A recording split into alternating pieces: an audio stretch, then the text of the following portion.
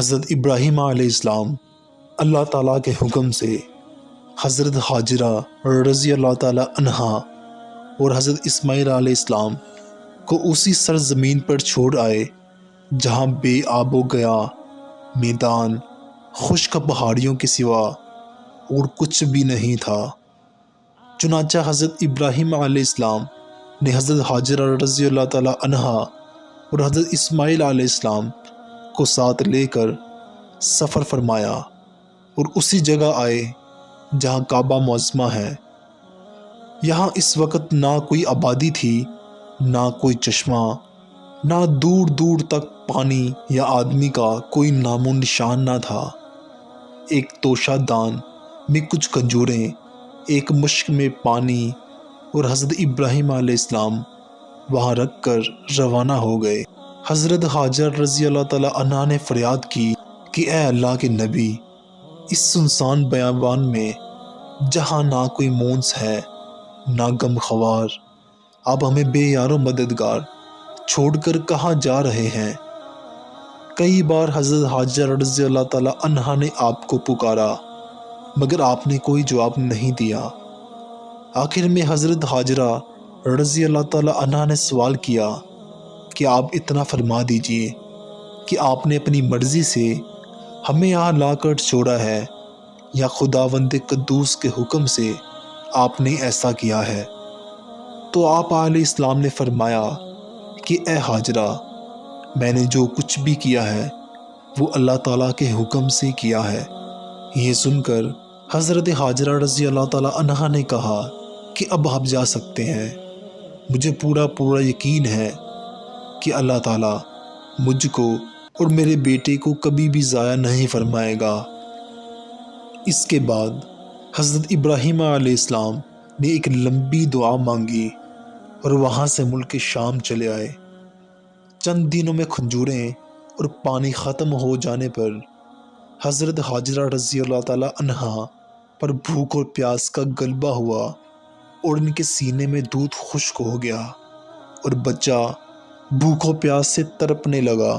حضرت حاجرہ رضی اللہ تعالیٰ عنہا نے پانی کی تلاش اور جستجو میں 7 چکر صفا مروہ کی دونوں پہاڑیوں پر لگائے مگر پانی کا کوئی سراغ دور دور تک نہ ملا، یہاں تک کہ حضرت اسماعیل علیہ السلام پیاس کی شدت سے ایڑیاں پٹک پٹک کر رونے لگے۔ حضرت جبرائیل علیہ السلام نے آپ کی ایڑیوں کے پاس زمین پر اپنا پیر مار کر ایک چشمہ جاری کر دیا اور اس پانی میں دودھ کی خاصیت تھی کہ یہ غذا اور پانی دونوں کا کام کرتا تھا۔ چنانچہ یہی زمزم کا پانی پی پی کر حضرت حاجرہ رضی اللہ تعالیٰ عنہا اور حضرت اسماعیل علیہ السلام زندہ رہے، یہاں تک کہ حضرت اسماعیل علیہ السلام جوان ہو گئے اور شکار کرنے لگے۔ شکار کے گوشت اور زمزم کے پانی پر گزر بسر ہونے لگی۔ پھر قبیلہ جرہم کے کچھ لوگ اپنی بکریوں کو چراتے ہوئے اس میدان میں آئے اور پانی کا چشمہ دیکھ کر حضرت حاجرہ رضی اللہ تعالیٰ عنہا کی اجازت سے یہاں آباد ہو گئے اور اس قبیلے کی ایک لڑکی سے حضرت اسماعیل علیہ السلام کی شادی بھی ہو گئی اور رفتہ رفتہ یہاں ایک آبادی ہو گئی۔ پھر حضرت ابراہیم علیہ السلام کو اللہ تعالیٰ کا حکم ہوا کہ خانہ کعبہ کی تعمیر کریں، چنانچہ آپ نے حضرت اسماعیل علیہ السلام کی مدد سے خانہ کعبہ کو تعمیر فرمایا۔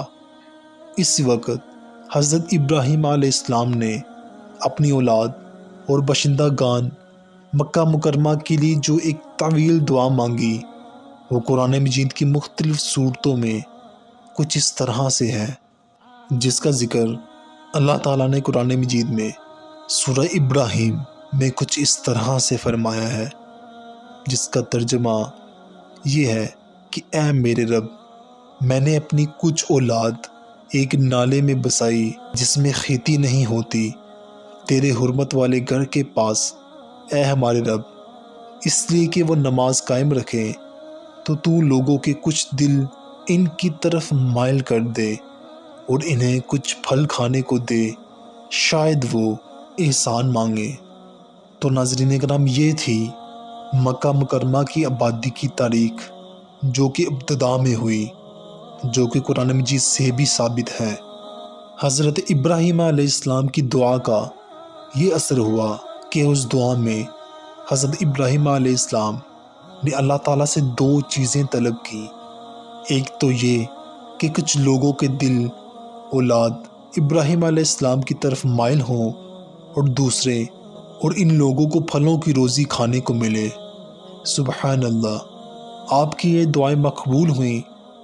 چنانچہ اس طرح لوگوں کے دل اہل مکہ کی طرف مائل ہوئے کہ آج کروڑوں کروڑوں انسان مکہ مکرمہ کی زیارت کے لیے تڑپ رہے ہیں، اور ہر دور میں طرح طرح کی تکلیفیں اٹھا کر مسلمان خشکی اور سمندر اور ہوائی راستوں سے مکہ مکرمہ جاتے ہیں، اور انشاءاللہ قیامت تک جاتے رہیں گے۔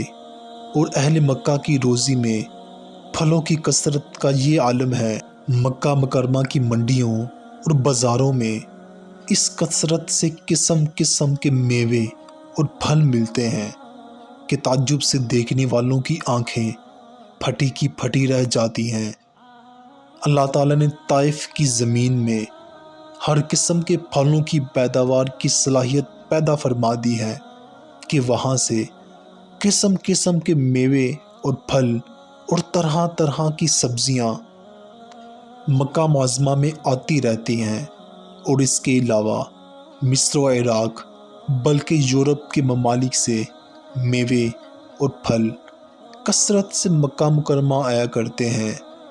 یہ سب حضرت ابراہیم علیہ السلام کی دعاؤں کی برکتوں سے اثرات و ثمرات ہیں، جو بلا شبہ دنیا کے عجائبان میں سے ہیں۔ اور اس کے بعد آپ نے یہ دعا مانگی جس میں آپ نے اپنی اولاد کے علاوہ تمام مومنین کے لیے بھی دعا مانگی، جس کا ذکر سورہ ابراہیم میں کچھ اس طرح سے ملتا ہے۔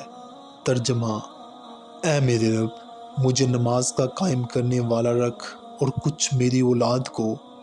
اے ہمارے رب، اور میری دعا سن لے۔ اے ہمارے رب، مجھے بخش دے، اور میرے ماں باپ کو اور سب مسلمان کو جس دن حساب قائم ہوگا۔ تو یہ تھی حضرت ابراہیم علیہ السلام کی دعا۔ اگر آپ کو ایسا لگتا ہے کہ آپ کو اس ویڈیو سے کچھ نیا جاننے کو ملا ہے تو اس ویڈیو کو لائک کریں اور اس کو دوستوں کے ساتھ بھی شیئر کریں، اور ہو سکے تو اس چینل کو بھی سبسکرائب کر لیں۔ جزاک اللہ۔